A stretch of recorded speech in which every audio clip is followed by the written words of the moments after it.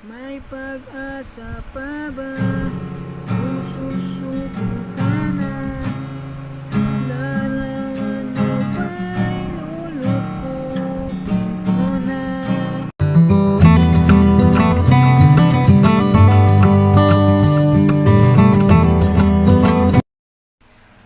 So what's up sa inyo guys? So ang ituturo ko sa inyo ngayon is yung kantang Pagsuko ni Jerry Lim.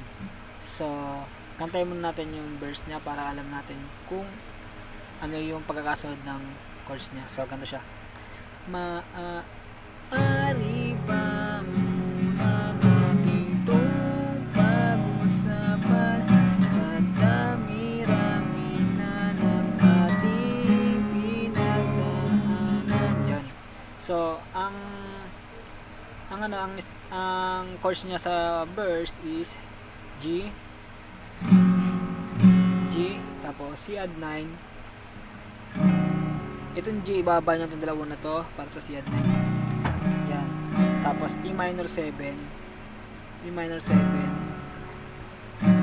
Tapos D. Yan. Apat na beses niyo lang gagawin yan hanggang sa matapos ninyo yung verse. So, paano nga ba yung strumming pattern niya? So, yung strumming pattern ng Pagsuko is down, down, up, up, down, down, up, down, up, down. So, yun lang yung strumming pattern niya.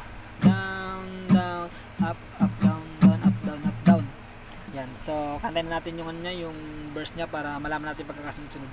So, maaari ba muna natin itong pag-usapan sa dami-rami na ng ating pinagdaanan?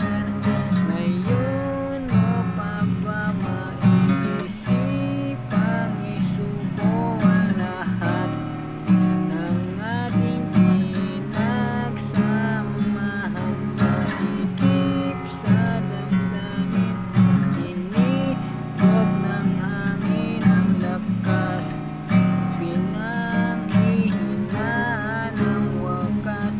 Pwede bang pag-isipan, huwag ka munang lumiban, baka sakaling na ito ay may salba pa. Yun. So yun yung ano niya, yung verse niya. So dito magtungo naman tayo sa refrain. So paano nga ba yung refrain? Ganito yung sa refrain niya.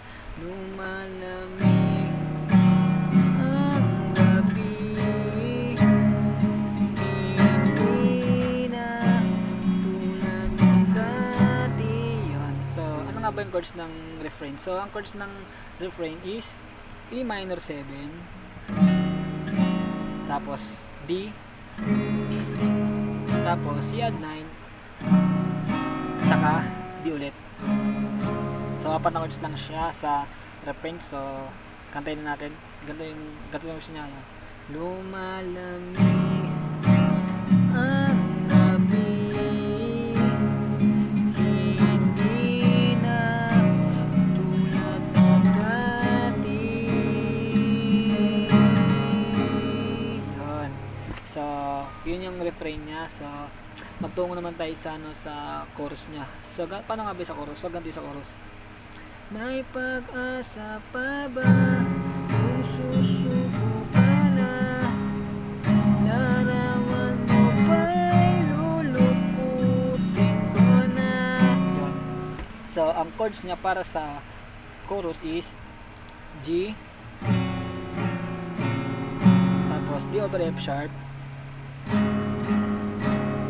tapos E minor 7, tsaka C add 9. Yan yung yung dalawang beses na siyang gagawin. So G, stay put lang tayo, dito lang tong dito lang to. Tapos G, ang gagalaw lang yung dalawa. G, tapos D over F sharp, tapos E minor 7, at saka C add 9. Tapos pag nagawa ninyo ng dalawang beses yan, di ba nagawa ninyo dalawang beses, tapos pupunta kayong E minor 7 at saka D at saka G. Yan yung chords ng chorus. So kantayin natin siya para masundan natin yung pagkakasunod ng chords. So may pag-asa pa ba